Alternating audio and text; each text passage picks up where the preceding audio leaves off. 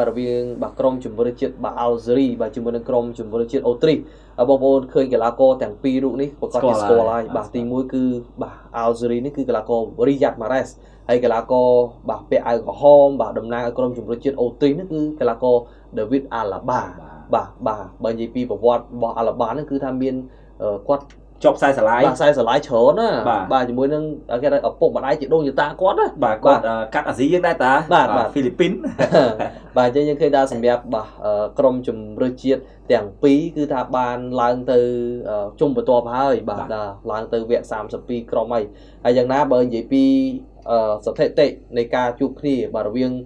krom tiền phí bởi nhất na bà bởi vì krom ba tới một bằng một krom ba cứ ta bật cuột nó cứ bà chọc tới là tập hợp bay từ đồng bầy bà smile cái này bà smile cái này chạy cái này ra một bà hai bên tay những khi ta krom ba nó cứ min tràn từ song khang ra mà rồi bà viên Algeria bà chụp với Austria nè bà dương mơ từ lơ bay cropទាំងសងខាងណាស្មើនឹង6 crop នៅក្នុងការប្រកួតមួយនេះគឺគេថាបើសម្រាប់រាប់ពី Algeria ទៅមុនបាទ Algeria គឺរកបានបាទដោយកីឡាករបាទ Bel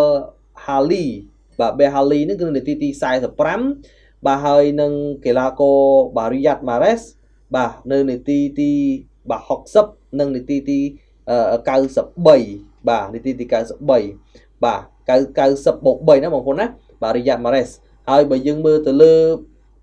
បាទ3គ្រាប់របស់ក្រុមជម្រើសជាតិអូទ្រីសវិញ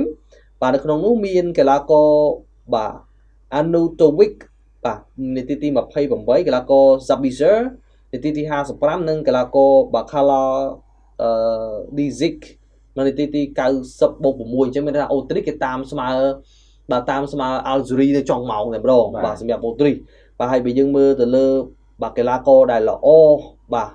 សម្រាប់ការប្រកួតនេះគឺកីឡាករ Riyad Mahrez បាទ Riyad Mahrez បាទហើយ Riyad Mahrez បច្ចុប្បន្ននេះគាត់ទៅចូលរួមបាទជាមួយនឹងក្លឹបបាល់ទាត់នៅ Saudi Pro League គឺបាទក្លឹបបាល់ទាត់ Al Ahly បាទហើយសម្រាប់ Riyad Mahrez នៅតែបង្ហាញខ្លួនបានល្អបាទសម្រាប់ព្រឹត្តិការណ៍ World Cup 2026បាទហើយអ្នកបើយើងមើលទៅលើបាទក្រុមជម្រើសជាតិអូទ្រីសបងប្អូនឃើញថាសមាជិករបស់អូទ្រីសនេះក៏ល្អច្រើនដែរបាទបើយើងមើលទៅលើក្រុមជម្រើសជាតិអូទ្រីសបងប្អូន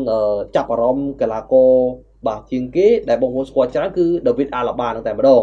បាទមានកីឡាករ Sabitzer បាទ Sabitzer នេះធ្លាប់លេងនៅ Bayern Munich និងមក Man U ដែរ Man U បាទ Man U អញ្ចឹងគាត់ចេញពី Man U ដូចជាទៅ Dortmund នេះដែរណាគាត់ឆ្លាស់បាទពី Bayern ទៅ Dortmund នេះដែរបាទសម្រាប់ Sabitzer បាទហើយនឹង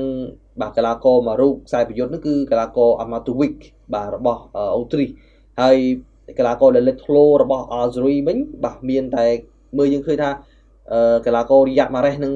បាទជាងគេតែម្ដងបាទមើលទៅបាទសម្រាប់ការប្រកួតមួយនេះ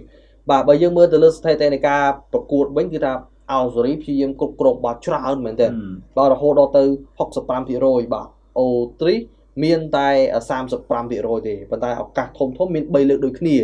បាទហើយបើនិយាយពីការសុទ្ធសរុបវិញណា Algeria មាន12លើកបាទអូទ្រីសមាន10លើកបាទហើយការសង្គ្រោះបាល់របស់អូទ្រីសមាន2លើកបាទសម្រាប់អូទ្រីសហើយ corner kick បាល់ចេញពីជ្រុងនោះគឺមាន3លើកបាទសម្រាប់អូទ្រីសដែរបាទហើយនេះយើងមើលឃើញថាសម្រាប់បាទក្រុមជម្រើសជាតិទាំងពីរបាទគឺនៅក្នុងពូ J ដែលខ្ញុំបានជំរាបជូននៅក្នុងវគ្គទី2ហ្នឹងណា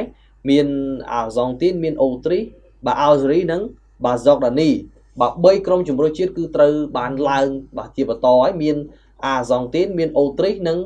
Algeria នឹងតែម្ដងបាទអញ្ចឹងយើងឃើញថាអាហ្សង់ទីនបាទចាស់ជើងឯកកាលពី2022បាទហើយអូទ្រីសនេះក៏កំពុងតែធ្វើបានល្អដែរបាទ Algeria នេះក៏កំពុងតែគេថាព្យាយាមធ្វើយ៉ាងម៉េចឲ្យបានបាទជាប់នៅក្នុងចំណាត់ថ្នាក់លេខ3ល្អដើម្បីត្រូវបានជ្រើសរើសបាទឡើងទៅប្រគ្រប់បាទ32ក្រុមបាទជាយើងឃើញថាសម្រាប់ការជួបគ្នារវាង Algeria បាទជាមួយនឹងអូទ្រីសលទ្ធផលគឺ3-3បាទហើយបាទយើងឃើញថាការប្រកួតបញ្ចប់ទៅហើយអញ្ចឹង3ជម្រើសជាតិនេះគឺត្រូវឡើងទៅវគ្គបន្តដែរ